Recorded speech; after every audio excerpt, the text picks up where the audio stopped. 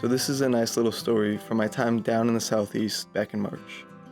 I was in the midst of the road trip and was coming off quite the strenuous week.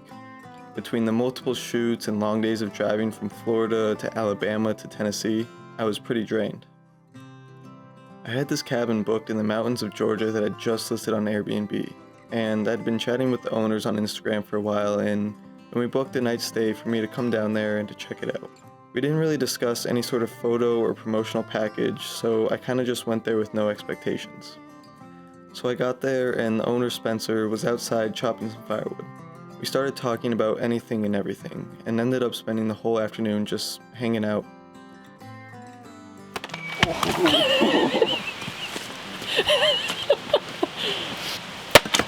Yes. Show me strength. It's always a treat getting to meet the people behind the places that I stay at, to hear the stories and how they got into doing what they're doing. He told me he didn't expect any photos or videos from the stay, and that he just wanted to share the space with me and have me enjoy it, as it was meant to be enjoyed. And coming in the middle of that hectic road trip, I was pretty grateful to not have any sort of real work expected of me. But this place spoke to me, and I felt called to capture it. And so capture it I did. This spot was the most perfect spot to settle down and relax amidst the chaotic day-to-day of my usual life on the road. The babbling brook that ran alongside the space provided the most soothing of sounds, seemingly washing away the worries and stresses that ran about in my mind.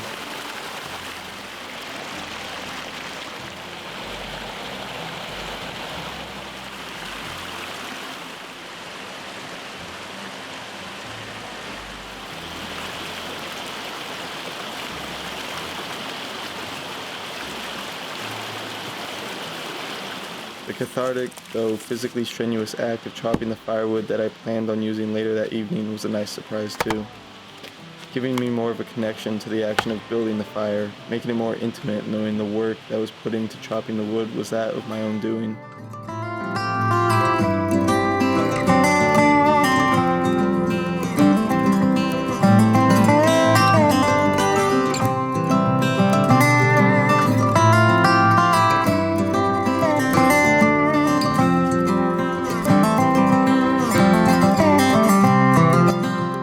Walking the woods, immersing myself in them, and feeling the hum of the surrounding nature all around, I couldn't have asked for a more wonderful hideaway. The cabin itself was also just an absolute treat. Between the minimal design of the interior and the coziness it provided, I didn't want to leave. I chefed up some meals, making myself some coffee, and enjoyed it on the side porch as the river flowed by.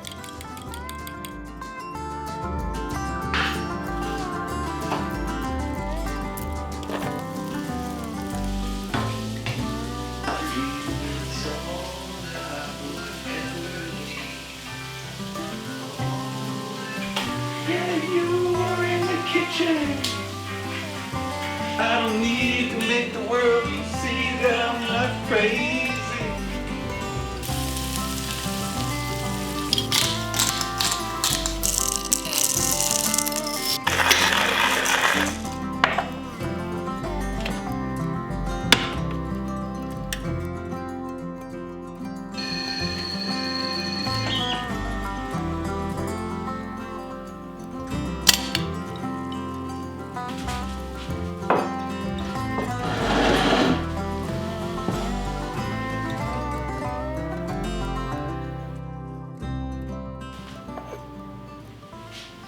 The spot sure felt like heaven, and I'm incredibly grateful to Spenser, not only for his sharing of this special spot with me, and not expecting anything in return, but for his friendship too, as I'm glad to call him a friend now. And it's experiences like this one that truly fill me with gratitude for this life that I've been living.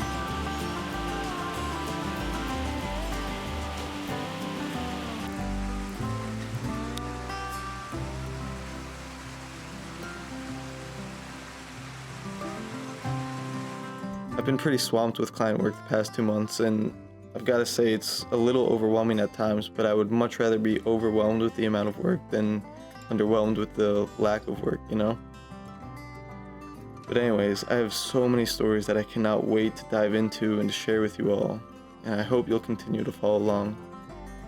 Also, don't forget to subscribe to my channel here so you don't miss any of the stories, and I'll talk to you guys real soon.